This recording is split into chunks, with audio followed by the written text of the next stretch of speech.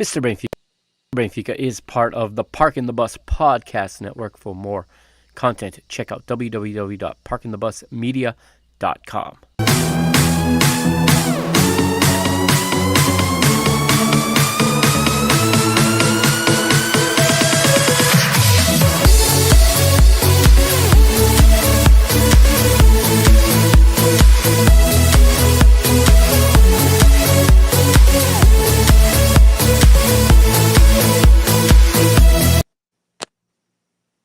What's up, Parking the Bus Nation, PTB Nation? Welcome to the first in a long time. This is the first episode of the Parking the Bus podcast in a very long time here on the Mr. Benfica podcast channel.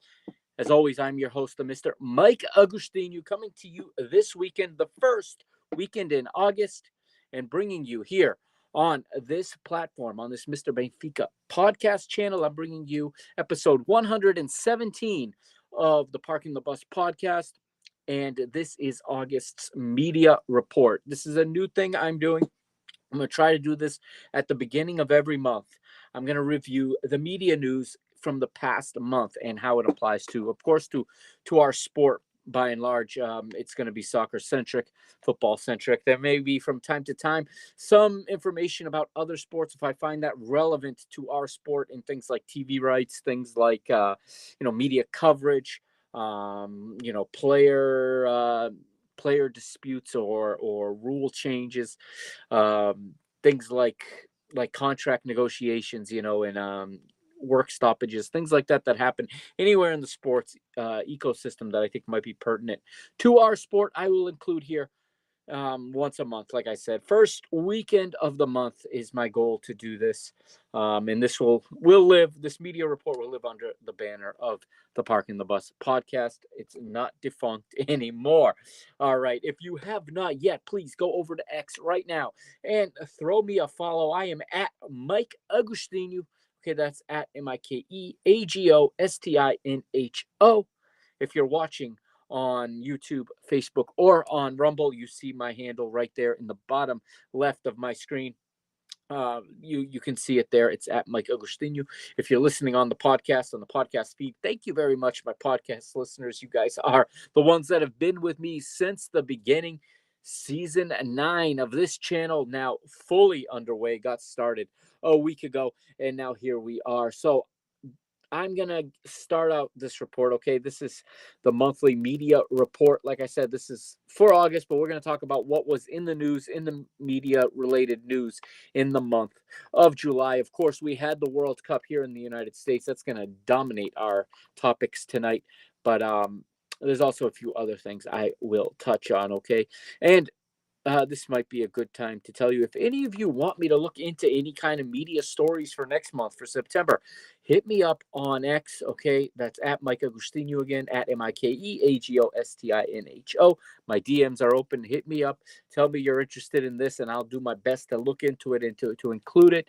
If you're not on X and you use Instagram, you can also DM me on Instagram, and I am Agustinu20 on Instagram. That's Magostino20 on Instagram. You can also leave me a message there. If there's a story involving media, involving TV rights, involving commentator news, good announcing, bad announcing, whatever that you want me to look into or you want me to give an opinion on, feel free to throw those suggestions my way.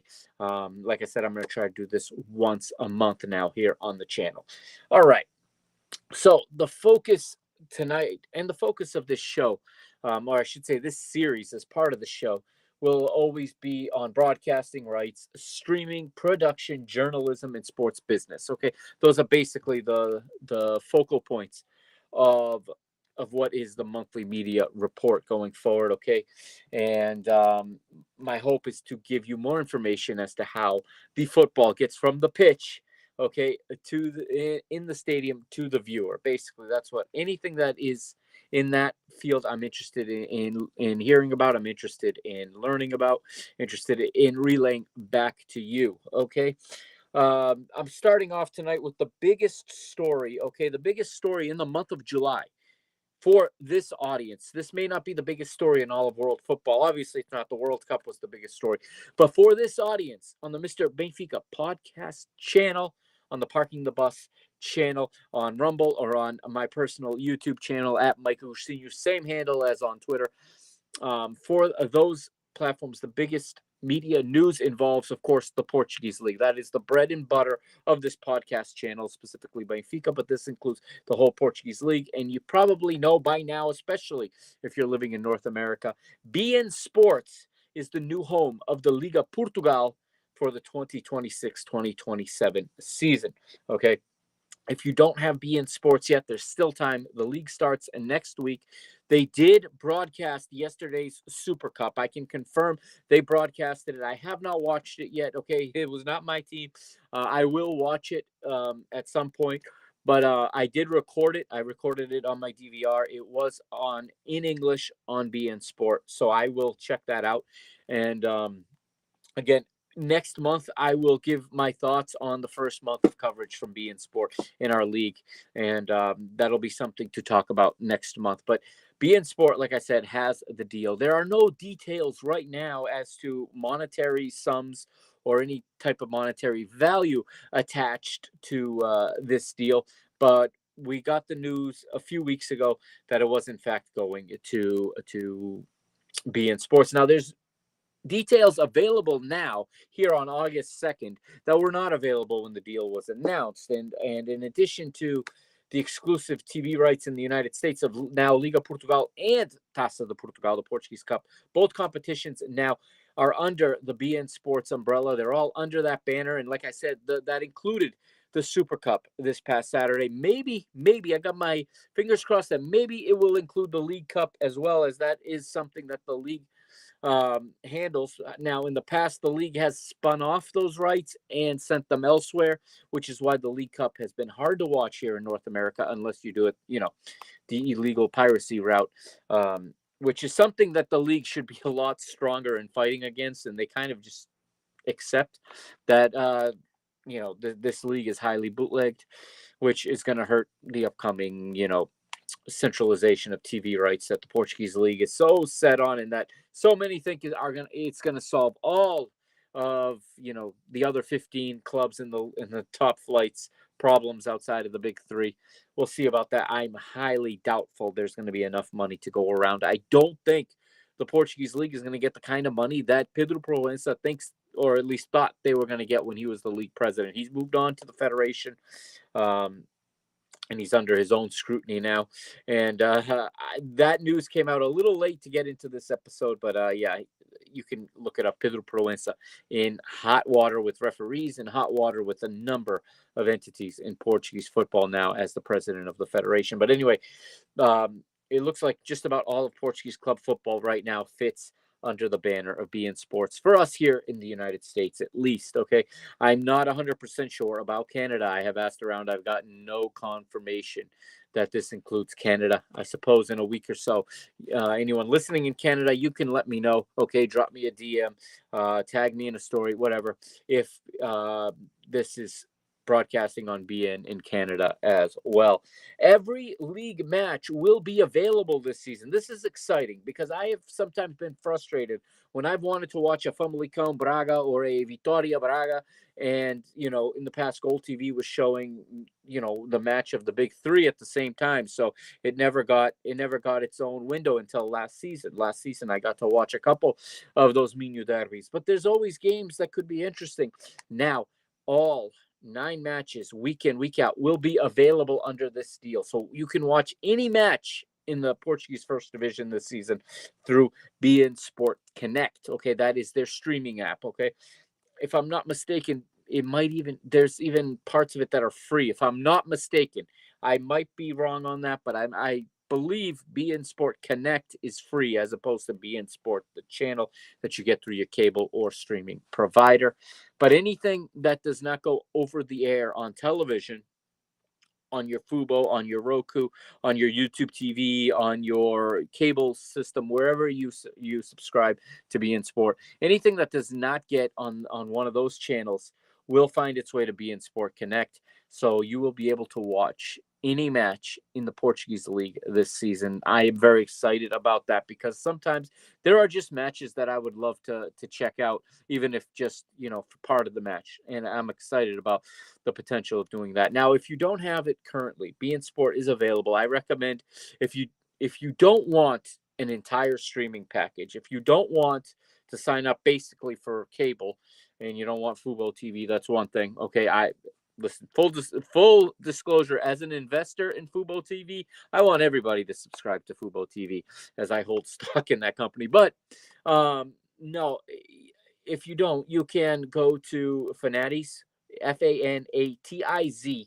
Okay, it's a streaming app. You can pay a lot less per year, and you will get beIN Sport, all of beIN Sport, including beIN Sport Connect. You'll get it all for a year, and it's a lot less than it is for a subscription to Roku or YouTube TV or something like that. So if you're looking to get just this for just the Portuguese league, you can go to Fanatiz. And that subscription with Fanatiz, I do admit, brings with it the Brazilian League, the Argentine League, and a number of other competitions. The Africa Cup of Nations, which will take place this coming January, if I'm not mistaken. Even if it's not this January, when a lot of African World Cup qualifying and AFCON qualifying, you'll be able to watch there. Be able to watch the Africa Cup of the Africa Champions League, the Copa Libertadores, the Copa Sudamericana. They're all available on beIN Sport, and I think the cheapest way to get it is through Fanatiz. Check it out. All right. That is not a paid ad. That is just me letting you know where you can access this content. Okay. So what I do want to explain is how these rights ended up on beIN Sport. Okay, is through a rights partner, if you will, someone who helps the Liga Portugal sell their rights. They've been involved with the Liga for a number of years. The company's name is Sport5. Okay, SPORTFIVE, one word, Sport5. They have retained the rights and they shop the rights around. So they come to a deal with Liga Portugal. Okay, Liga Portugal pays rights or licensing rights, or gives them or sells them really to Sport5, and then Sport5 goes out to the marketplace and shops it around to the different networks, the different channels internationally. Sport5 manages the international rights of the Liga Portugal. This is how they are sold, and Sport5 were basically the brokers that brought beIN Sport to the table and made this deal possible. Now, I said this last season, both on Mr. Benfica and on Tuga Tuesday, as it was called at the time. I did say, okay, that beIN was already halfway in the Portuguese soccer ecosystem anyway. beIN was already they were already broadcasting the Portuguese Cup. Last season was their second season doing so. So first full season, but they had started, I think, in the winter of the previous season, like in February or March of the previous season. So they were already kind of with one foot in the Portuguese football world, if you will. And I thought they were the natural replacement for Goal TV. As you know, Goal TV shut down last year. We went, I think, 10 weeks without legally having Portuguese Liga Portugal football on our televisions here in North America. Of course, there's other ways, but then Fubo TV picked up the rest of the contract at the very end, and they, as you know, my friend Nino took over as their commentator. He'd gone as the Goal TV commentator, went to Fubo TV, started commentating, and they finished out the season on Fubo TV, and now this season, as we now know, beIN Sports will be the home of the Liga Portugal. This is a historical, deal. beIN has a huge footprint around the world. So, and beIN will be here. So it's not like they've gone to another network that might shut down. Again, we don't know about the contract length. We don't know who the commentators are going to be. We don't know if there's going to be any studio programming to go with it. Portugal was the show on Gold TV, and actually I got the name for our Tuesday night successor to Tuga Tuesdays. I got the name Portugalasso from Portugal because, naturally the next evolution of Portugal and Gold TV no longer exists is a golaço. So Portugalasso is what we agreed to call our roundtable show now on Tuesday nights. We won't be on this week, but we'll be back the following week. All right. So that is really where we stand on that. Okay, so beIN again available on cable, available on satellite. I think it's available on DirecTV and also on several different streaming platforms. Again, my recommendation, if you just want to watch Portuguese football, go to Fanati's. I think that's the least expensive way to get access to beIN Sport. All right, moving on from beIN Sports. Okay, I'm going to go to the next topic this month, and that is, of course, the 2026 FIFA World Cup and the televisions. I'm not talking about on the pitch. Okay, I talked about that throughout the tournament. I had my team together. We recapped it. You can go in the archives and check it out. Okay, it's in the podcast archives. They're on the YouTube channel as well. You can go back and see some of our recaps on the pitch. I'm talking about on the media side, the media success that was the 2026 FIFA World Cup. And before I start, I'm not going to comment on what has happened since the World Cup. The boneheaded announcement from a quite boneheaded FIFA president Gianni Infantino, okay, that has just enraged the world, talking about selling off stakes to private equity of the World Cup.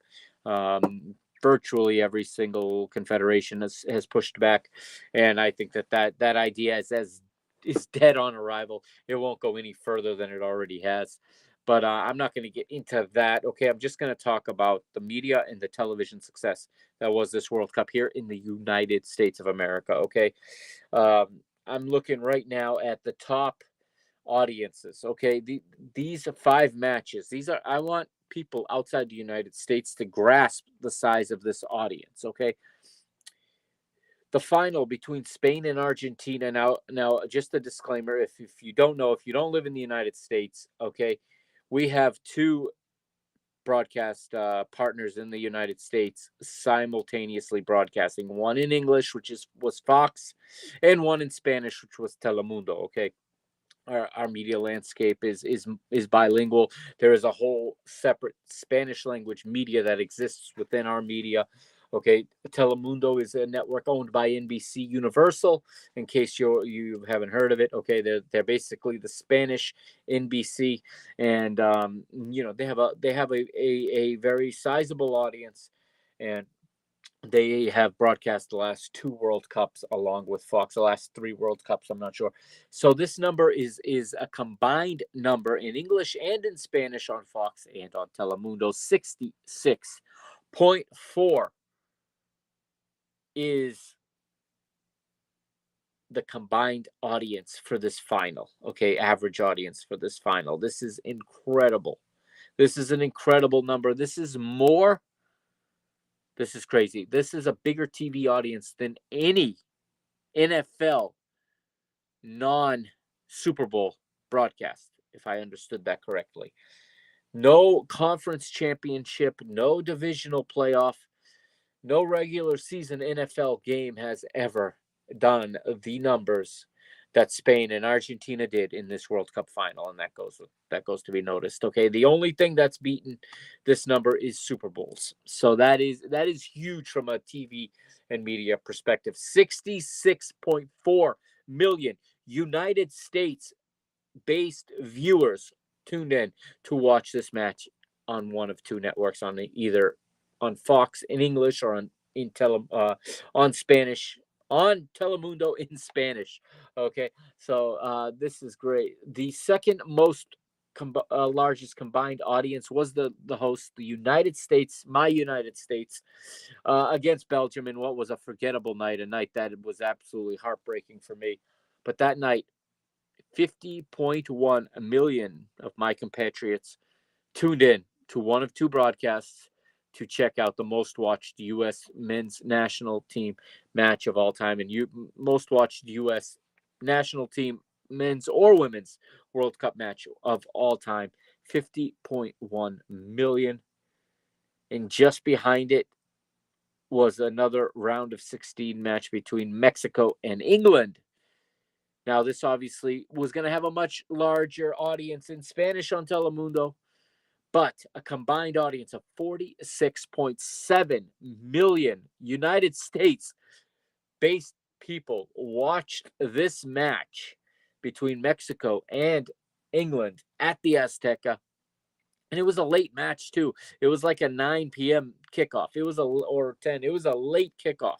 I watched part of it. I had to tap out to go to work the next morning at one point, but I watched part of it. This was a late kickoff. So this number might have been just as large as the United States' if this match was just a little earlier. I think that Fox in English particularly would have got a few more viewers, maybe a couple 100,000 more viewers here on the East Coast, where it got a little bit late for this, for a casual especially, but nonetheless 46.7 million viewers for Mexico, England, and then the United States round of 32 match against Bosnia Herzegovina drew 36.2 million, and the United States versus Paraguay, the opening match for the United States, 27.5 million.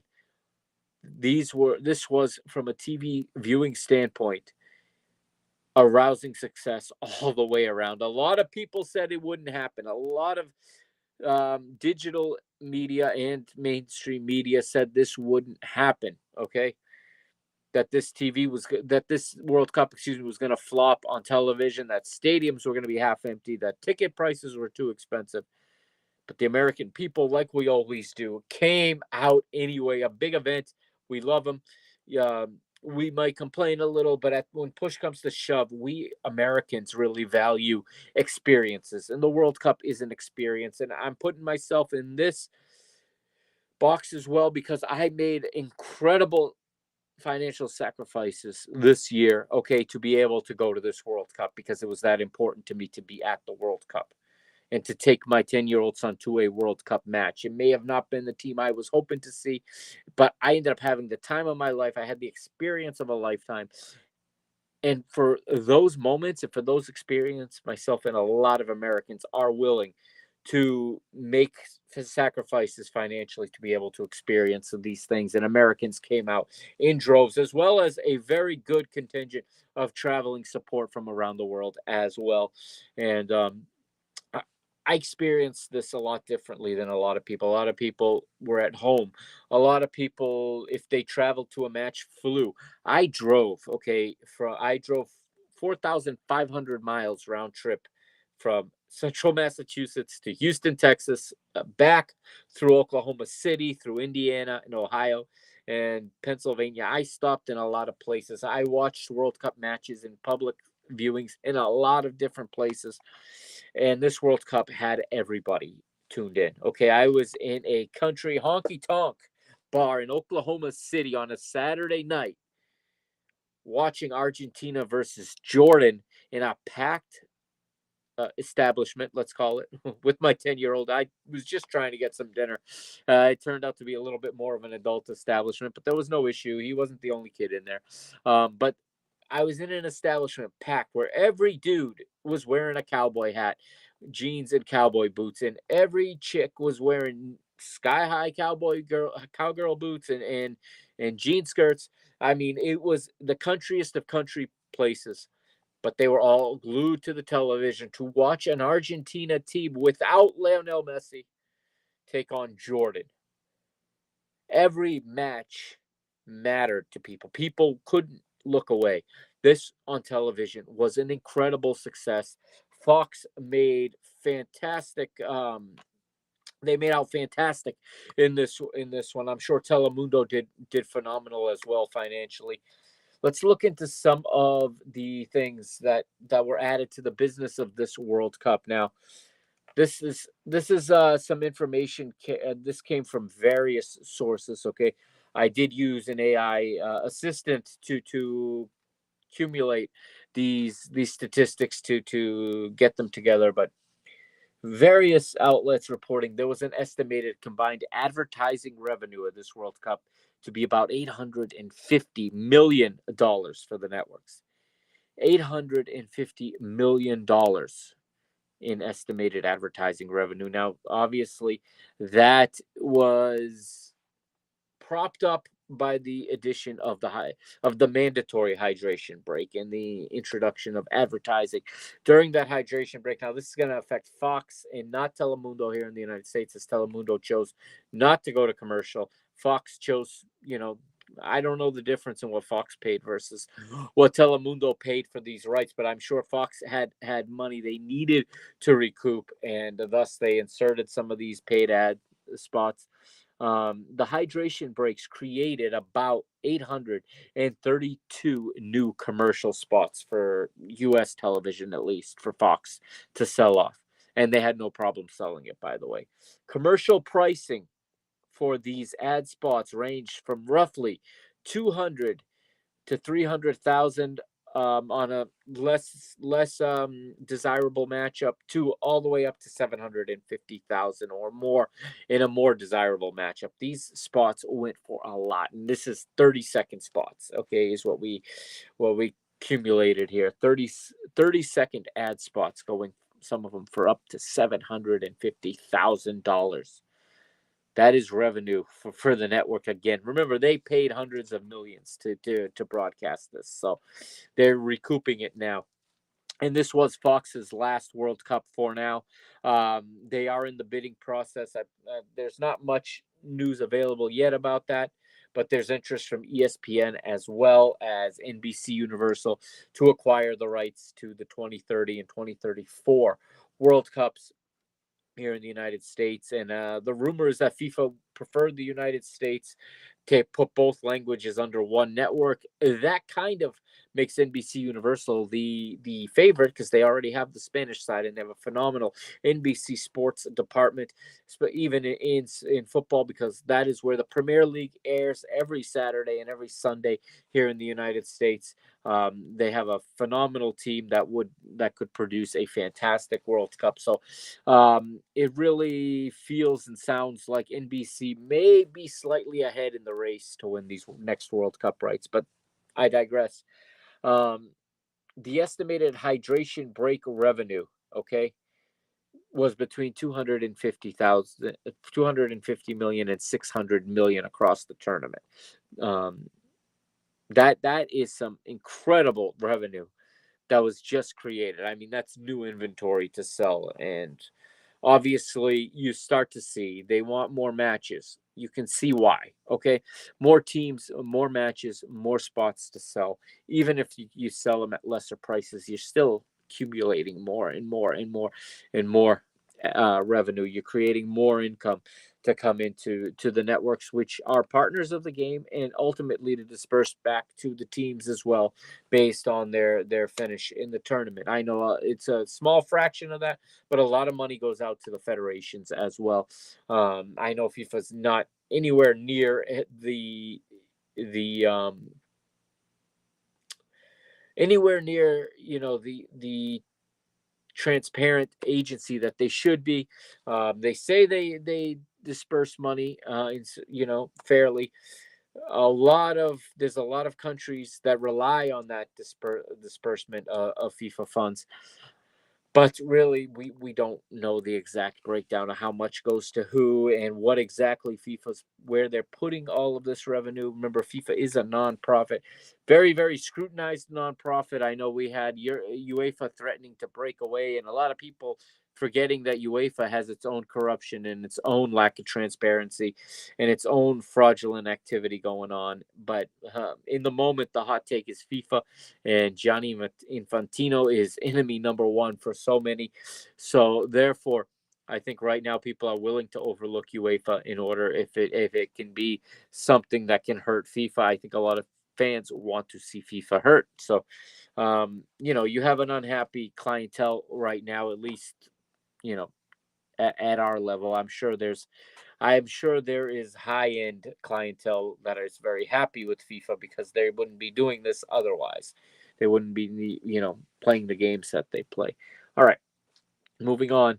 The Fox and Telemundo had different presentation styles. Of course, Telemundo a much more mainstream, if you will. I don't know if that's the right word, but much more aligned with broadcast styles in other parts of the world. Whereas Fox really took the NFL on Fox and placed it in the World Cup and made it a soccer broadcast.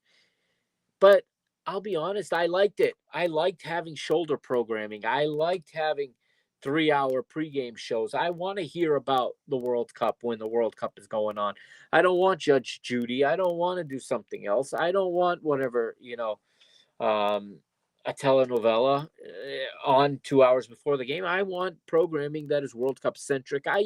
While for the first 2 weeks of the tournament, when I was still on vacation, I was staying up to watch James Corden, his late night show every night on Fox, because that was just extended my World Cup experience of another hour each day.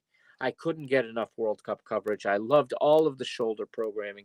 I loved the long pregame. I loved the long postgame. I thought the team of Thierry Henry, um, Zlatan Ibrahimovic, Alexi Lalas, and Rebecca Lowe was phenomenal at this World Cup, and they should win an Emmy for their presentation. They were fantastic, absolutely knocked it out. They were incredible for the entire tournament. Rebecca Lowe just showed how phenomenal she is as a host or presenter. I was bummed not to see Kate Abdo in that role, because I got used to Kate Abdo, Kate Scott now. I like her very much when she hosts the Champions League on CBS. I thought this World Cup was going to lose something, losing Kate Abdo, and Rebecca Lowe just knocked it out of the park. She was so good at hosting. She kept those three ex-players perfectly in line. She kept the conversation going. She kept everything moderated. It was an incredible presentation all around from them. You can say what you want about the content of their conversations and whatever Alexi Lalas said. Yeah, he used a word that apparently British people think is unfathomable to use that word on live television, but he wasn't on live television in Britain. He was on live television in America. And while some people have incredible sensitivity to everything, for average people, that word doesn't even alarm anybody, to be honest with y'all. I don't know anybody who's alarmed by that word. I really don't. um